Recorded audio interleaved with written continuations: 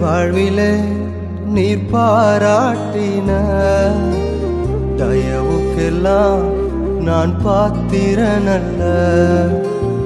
இதுவரையில் நீர் தாங்கினதற்கு எவ்வளவும் நான் தகுதியும் இல்லை. என் வாழ்விலே நீர் பாராட்டின தயவுக்கெல்லாம் நான் பாத்திரனல்ல. இதுவரையில் நீர் தாங்கினதற்கு எவ்வளவும் நான் தகுதி